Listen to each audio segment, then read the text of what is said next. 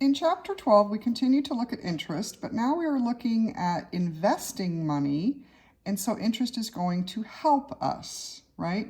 We're going to be earning interest instead of paying interest. We're also talking about compound interest, and this is when you can earn interest off of not only the principal that you invest, but also any previously earned interest that you retained in the account. Okay, we're going to talk about compounding, and we have to look at compounding schedules, meaning how often is interest going to be compounded a year? Because the more often interest is compounded, the more money we make, right? Because we're getting more chances each year to earn interest off of our interest, okay? This also necessitates us paying attention to our interest rate per period. Because if you recall, interest rates are stated on an annual rate, but of course, if a company is compounding 4 times a year, they're not going to pay us that annual rate 4 times a year, right? They're going to divide that annual rate by the number of times they're compounding the interest each year. And we're going to use this information to calculate our future value, meaning if we make an investment and then calculate how much that investment will be worth in the future, including not only the principal we invested, but all the interest we earned in the compounding, we're calculating the future value. Okay, so let's take a look at a problem. Let's say we have $525 at 7% compounded semi-annually for 2 years. So there are 2 things we have to find in every problem. We have to find our rate per period,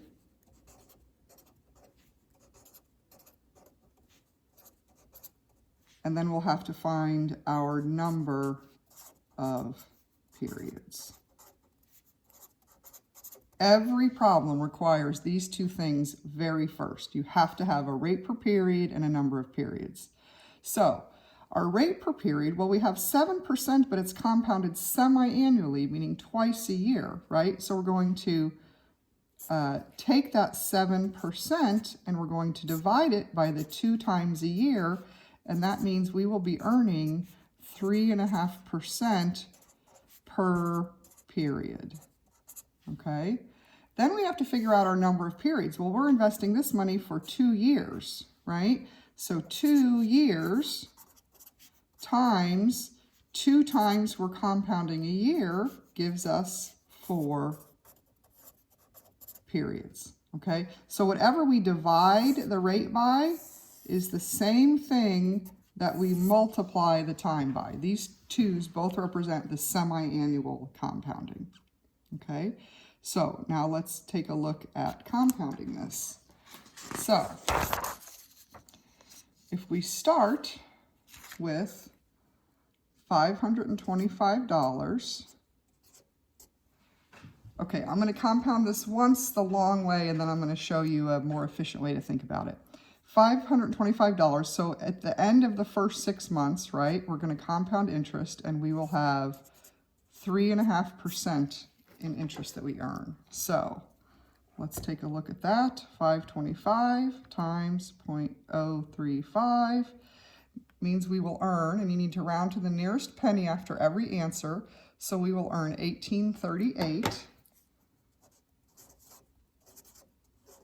in interest, right? But that's not the whole value because we still have the $525 that we deposited to begin with. So after 1 period, we'll have $543.38, okay?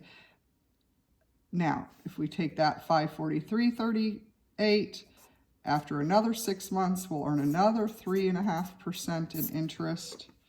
So if I take 543.38 times 0.035, then I earn $19.02 in interest. And you see it's a little more than I earned the first period because I'm earning on more money. But remember, I have to, again, add back my beginning principal, which in this case was the $543.38. So 1902 plus 543.38 means we will have 562.40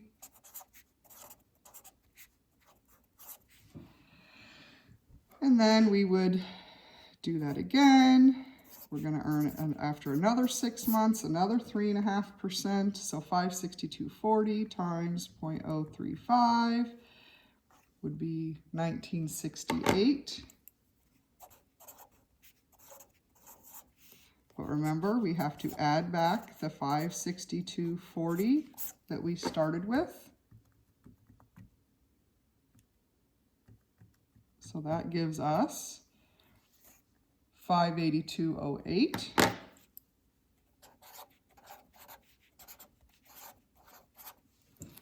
Then we have our last 6-month period of earning interest. So we will earn 3.5%. So that will give us $20.37. But again, remember, we have to add back in that 582.08 that we started the period with. So we'll get 602.45.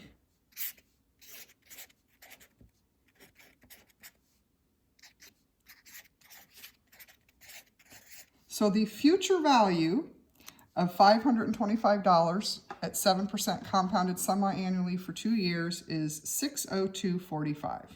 Okay, now I want to show you a little shorter way of doing this manually. This is the way I actually think about it. I don't like to have to add my principal back in at the end, because once I get an answer, I like to be finished. So I'm starting depositing $525, right? After 6 months, think about this. What am I going to have? I'm going to have 100% of this 525 that I started with, plus a new 3.5%, right? So I'm going to have 103.5% of what I started with. So if I take my 525 times, and I'm going to convert this percent to a decimal, 1.035, then I get 525 times 1.035 equals 543, go to the nearest penny, 38. 543.38. But now I don't have to remember to add anything back in, right? Because I already did it, because I have 100% of what I started with, the 525, plus the 3.5%. So what does that be? 1838 in interest. Okay, so now we need to do that again for the second period, the second 6 months. So we're starting that 6 months with 543.38, and at the end of the period, we'll have 100% of what we started with, plus a new 3.5%. So 543.38 times 1.035 is 562, and again, we have to round to the nearest penny, so that's going to be 40, 562.40. Okay, then that money's going to sit there for 6 months, earning interest. At the end of 6 months, we'll compound interest. We'll have 100% of what we started with, plus a new 3.5%. So 562.40 times 1.035 gives us 582.08.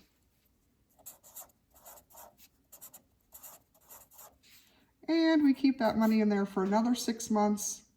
At the end of those 6 months, we'll compound. We'll have 100% of what we started with, plus a new 3.5%. So that gives us 602.45.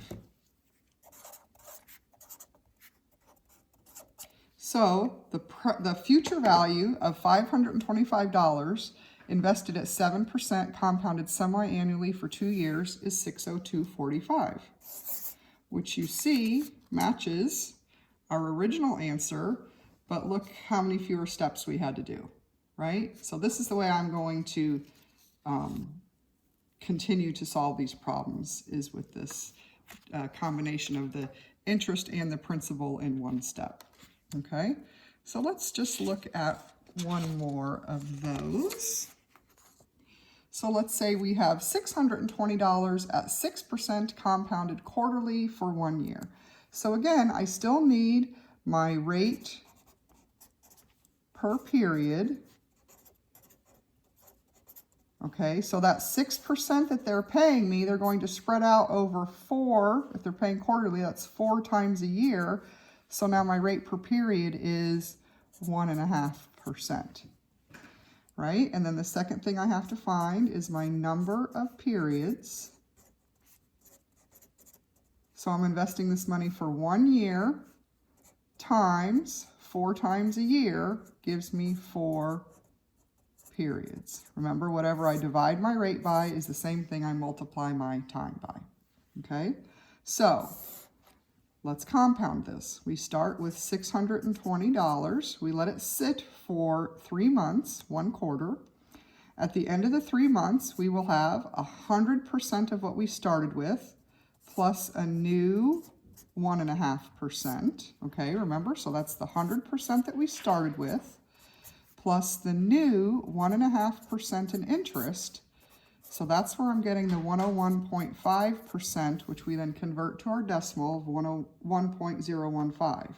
So let's see what that gives us. 620 times 1.015 means we will have 629.30. We'll let that sit for 3 months. At the end of 3 months, we'll have 100% of what we started with, plus a new 1.5%. So that gives us 638.74. 638.74. 638.7. Make sure you clear your calculator, so you're rounding to the nearest penny, and start with that amount each time before you do your next calculation, okay?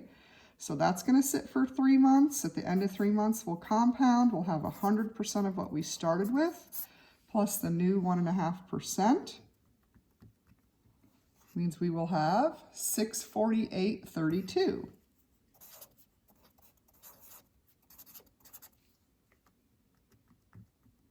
We'll let that sit for 6 months. At the end of 6 months, we will have 100% of what we started with, plus a new 1.5%. So that will give us 658.04.